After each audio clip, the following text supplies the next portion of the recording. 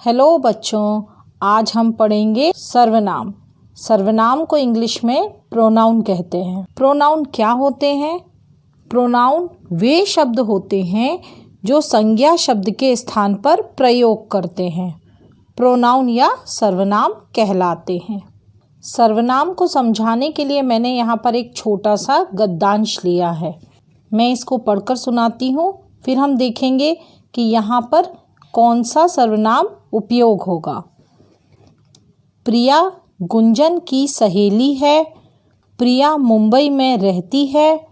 प्रिया को समुद्र के किनारे बैठना बहुत अच्छा लगता है। एक दिन प्रिया ने माँ से कहा कि प्रिया तैराकी सीखेगी। माँ हंसकर बोली, क्या प्रिया को तैरना अच्छा लगता है?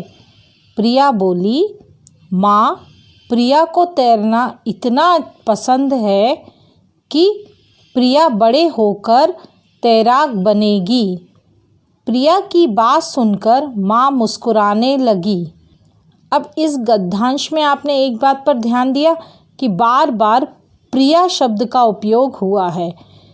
प्रिया प्रिया प्रिया प्रिया। तो यहाँ पर बार बार एक ही शब्द का उच्चारण करने के कारण उस गद्यांश की खूबसूरती कम हो गई। अब हम यहाँ पर क्या करेंगे, जो प्रिया शब्द है, जो प्रिया नाम है, जो प्रिया संज्ञा है, उस प्रिया संज्ञा की जगह पर हम सर्वनाम का उपयोग करेंगे। अब इस गद्यांश में हमने संज्ञा की जगह जो बार बार संज्ञा शब्द आ रहे थे उसकी जगह सर्वनाम शब्द जोड़ दिए हैं। अब हम देखते हैं, प्रिया गुंजन की सहेली है। जो पहले प्रिया था उसकी जगह हमने यहाँ वह कर दिया। वह मुंबई में रहती है।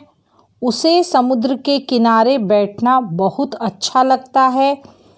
एक दिन उसने माँ से कहा कि मैं तैराकी सीखूंगी। माँ हंसकर बोली, क्या तुम्हें तैरना अच्छा लगता है? वह बोली, माँ, मुझे तैरना इतना पसंद है कि मैं बड़े होकर तैराक बनूंगी। उसकी बात सुनकर माँ मुस्कुराने लगी।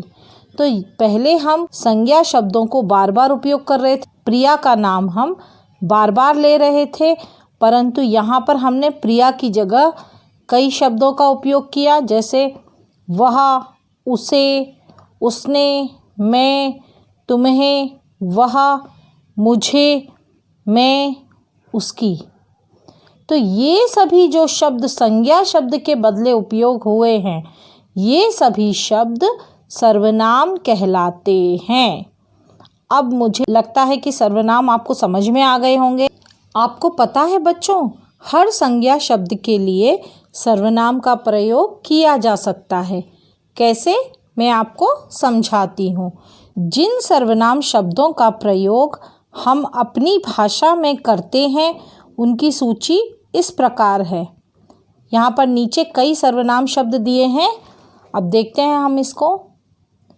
जैसे मैं के लिए हम मेरा, मुझे, हम, हमारा, हमें उपयोग कर सकते हैं। तू सर्वनाम के लिए हम तेरा, तुझे, तुम, तुम्हारा, तुम्हें सर्वनाम उपयोग कर सकते हैं। आप के लिए हम आपका, आपको, अपने सर्वनाम उपयोग कर सकते हैं। वह के लिए हम उसे, उसने, उन्हें, उन्होंने सर्वनाम उपयोग कर सकते हैं। इसी तरह से यह के लिए हम इसे, इसने, इन्हें, इन्होंने उपयोग कर सकते हैं। किसके लिए हम किसे, किसने सर्वनाम उपयोग कर सकते हैं। उसी तरह से जिसके लिए भी हम जिसे और जिन्हें उपयोग कर सकते हैं। तो इस तरह से हम एक सर्वनाम के लिए कई सारे शब्दों का उपयोग कर सकते हैं, परंतु हमें उसके लिए वाक्य पढ़ना होगा और वाक्य के हिसाब से ही हम इन सभी सर्वनामों का उपयोग करेंगे। जिस तरह से संज्ञा शब्द एक वचन और बहुवचन दोनों होते हैं, उसी तरह से सर्वनाम शब्द भी एक वचन और बहुवचन होते हैं। चलिए हम यहाँ पर देखते हैं सर्वनाम एकवचन और बहुवचन। जैसे मैं है, ये एक वचन के लिए उपयोग होता है और हम बहुत सारे लोगों के लिए या बहुवचन के लिए उपयोग होता है। यह का बहुवचन होगा ये, इसे का बहुवचन होगा इन्हें। तू, ये एक वचन है, तू का बहुवचन होगा तुम। वह का बहुवचन होगा वे। उसे का बहुवचन होगा उन्हें। आपको पता है बच्चों, बहुत सारे सर्वनाम शब्द होते हैं। यहाँ पर मैं आपको कुछ सर्वनाम शब्द बताती हूँ।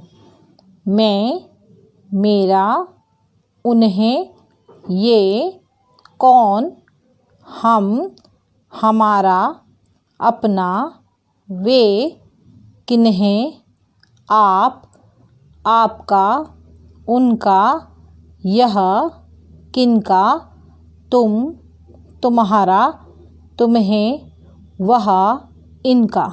अब कुछ मैं आपको विशेष बातें बताती हूँ, इसको भी जानना बहुत ज़रूरी है।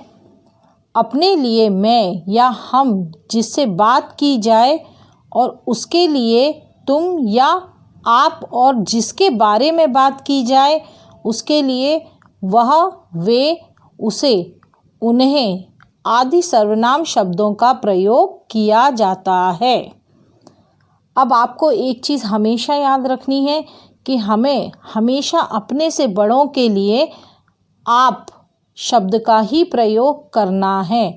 मतलब अपने से बड़ों के लिए सदा आप शब्द का प्रयोग किया जाता है। जो भी हमसे बड़े हैं उनको हमेशा हम आप कहकर ही बुलाएंगे। बच्चों, हमने सर्वनाम गद्यांश के द्वारा तो समझ लिया। अब हम इसी सर्वनाम को बातचीत के द्वारा समझते हैं। बच्चों, ये एक कक्षा का चित्र है। यहाँ पर अध्यापिका और बच्चों के बीच में वार्तालाप हो रहा है। इस लड़की का नाम चैताली है। जो अध्यापिका है वो चैताली से बात कर रही हैं। चलिए अब हम इस वार्तालाप को देखते हैं। बच्चों, कल 2 अक्टूबर है, यानी कल महात्मा गांधी जी का जन्मदिन है। चैताली, तुम गांधी जी के बारे में कुछ बताओ। तो यहाँ पर चैताली ने कहा, महात्मा गांधी हमारे राष्ट्रपिता हैं। हम प्यार से महात्मा गांधी को बापू कहकर बुलाते हैं। महात्मा गांधी हर काम समय से करते थे। महात्मा गांधी ने देश को आज़ाद कराने के लिए बहुत लड़ाइयाँ लड़ी। बच्चों, आपने ध्यान दिया कि चैताली बार बार महात्मा गांधी जी का नाम बोल रही थी, जो कि सुनने में बहुत अजीब सा लग रहा था। जब बार बार एक ही नाम दोहराया जाए तो वो हमको सुनने में अजीब लगता है। फिर चैताली की मैडम ने महात्मा गांधी जी का नाम बार बार ना बोलकर उनके नाम की जगह पर वे, उन्हें और उन्होंने शब्द का प्रयोग करने के लिए कहा। चैताली, तुम बार बार महात्मा गांधी का नाम क्यों बोल रही हो? इन वाक्यों को ऐसे बोलो, महात्मा गांधी हमारे राष्ट्रपिता हैं। हम प्यार से उन्हें बापू कहकर बुलाते हैं। वे हर काम समय से करते थे। उन्होंने देश को आज़ाद कराने के लिए बहुत लड़ाइयाँ लड़ी। अब आपको अंतर समझ में आया कि संज्ञा शब्द को बार बार बोलने से वो उच्चारण सही नहीं लगता है, लेकिन उसी संज्ञा शब्द के बदले अगर हम सर्वनाम शब्दों का उपयोग करें तो वह वाक्य सही हो जाता है और हमें सुनने और पढ़ने में भी अच्छा लगता है। तो बच्चों, भाषा सरल और सुंदर लगे इसलिए जब हम बात करते हैं या लिखते हैं तब बार बार संज्ञा का प्रयोग नहीं करते, बल्कि संज्ञा की जगह सर्वनाम शब्दों का उपयोग किया जाता है। आशा करती हूँ कि आप लोग सर्वनाम समझ गए होंगे और सर्वनाम शब्दों का उपयोग कब, कहाँ और कैसे किया जाता है यह भी आपको समझ में आ गया होगा। अब हम अगले वीडियो में मिलेंगे जहाँ मैं आपको क्रिया और विशेषण समझाऊंगी।